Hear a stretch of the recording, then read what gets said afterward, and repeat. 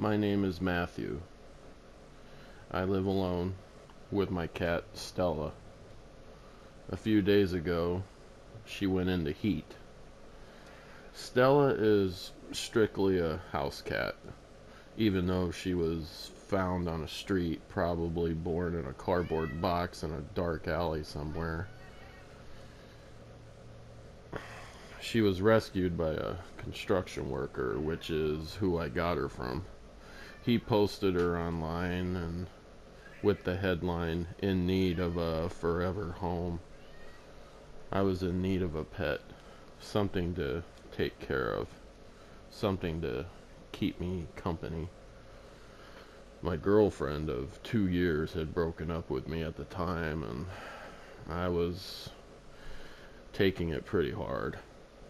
So a cat, I thought, might fill up some of that empty space I was feeling inside. I had had her for almost a year at this point. I suppose when you have a female cat that isn't fixed, it's only a matter of time before she goes into heat. And my God, they become so unbearable.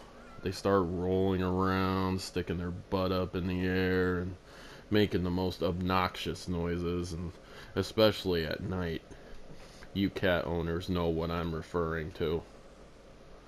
Anyways, after a few days of Stella sticking her butt up in the air and waking me up in the middle of the night, I decided that I would let her outside for a few hours. Let her find a stray male cat and let him put out the fire, so to speak. The next morning, I opened up my back door and let her out into the backyard. She was hesitant at first, but eventually she wandered out the door and onto the porch, slowly making her way down the concrete stairs and out into the grass. I finished getting ready for work after that and would get back home in a few hours in the evening. That's when I planned to let her back in. Only she didn't come back that night or the next.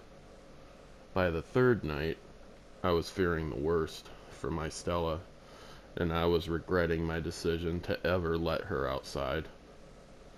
When, on the fourth night, I heard the familiar cries of Stella, I got up off the couch, opened the door, and there she was. I picked her up and held her tightly. "Where the hell have you been, Miss Kitty? I've been worried about you." So, figuring that she was hungry, I opened up a fresh can of wet food for cats and sat it next to her water bowl in the kitchen. She sniffed it and just stared up at me. "Not hungry?"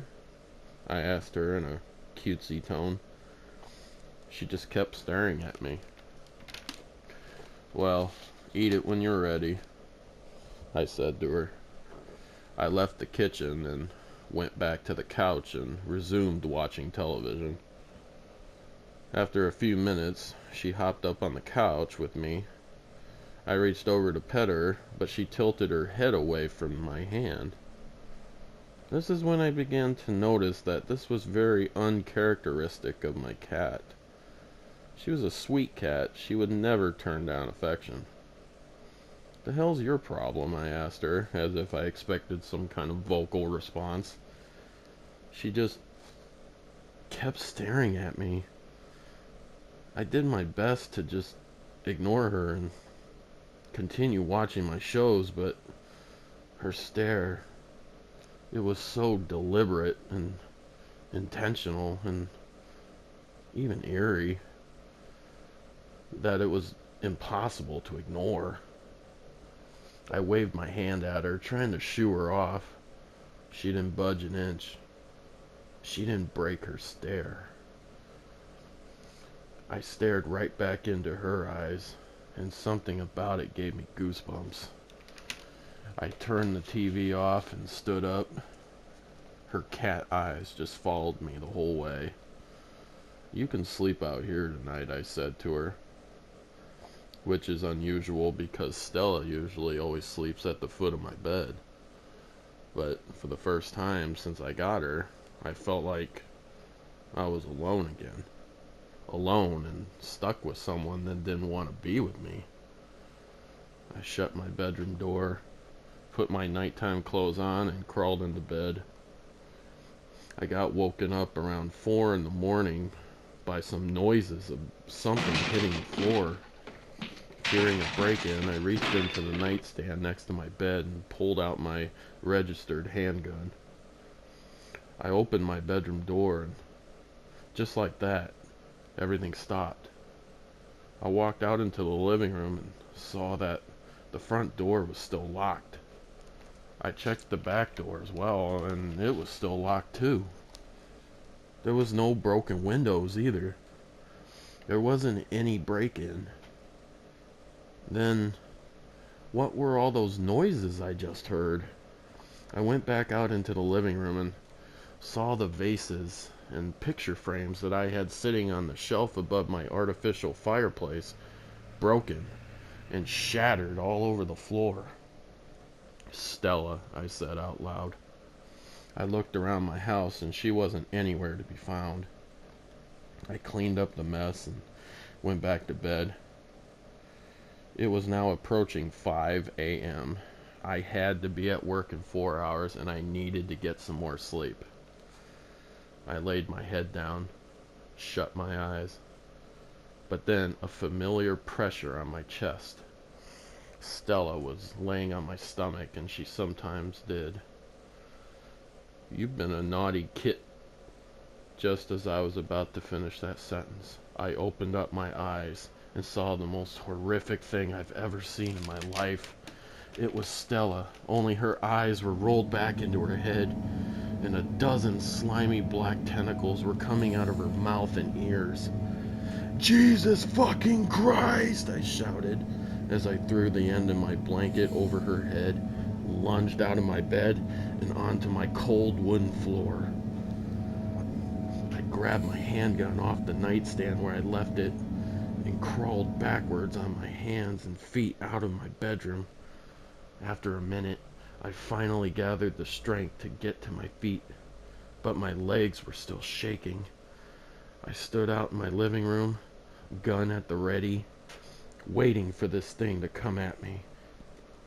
Every minute felt like an hour, when suddenly I heard a hiss from above me, and I looked up, and there was Stella hanging from the ceiling, and her mouth opened up wider than any cat's mouth should, and she lunged at me and dug her claws into my forehead. I began swinging her from side to side, trying to shake her off, but she just wouldn't let go. In a fit of panic, I began bashing her with the butt of my handgun, accidentally hitting myself a few times in the process. I finally got a good clean hit to her skull, and her grip was broken. I fell to the floor, blood dripping into my eyes, disoriented from hitting myself. I raised my gun, took aim the best I could, and fired. The shot missed Stella completely, and instead I ended up shooting out one of my windows. The thing growled at me and hopped out through the broken window and into the darkness. I laid my head down on the floor and stared up at the ceiling. That was not my cat. That was not my loving, affectionate Stella. That was something else. My Stella was obviously long gone. I have no answers. I don't know what the hell that was or what happened to my cat. It looked like Stella, but it wasn't. The only theory I have is that something was wearing my cat's skin like a disguise. I know how that sounds. It sounds completely fucking crazy, but I've got to find her. Whatever happened in those days and nights she was gone, whatever got to her, It just isn't safe for this thing to be running amok in my hometown. If you've seen my cat, she's gray and white with a collar on. The collar has a pink artificial flower on it. If you see her, for the love of God, do not approach or even touch her. Just take note of the location in which you saw her and reply back to me immediately. In case you're wondering, yes, I intend to kill her. Because I can't help but wonder that if this thing, whatever it is, can do this to a cat, could it do this to a human too?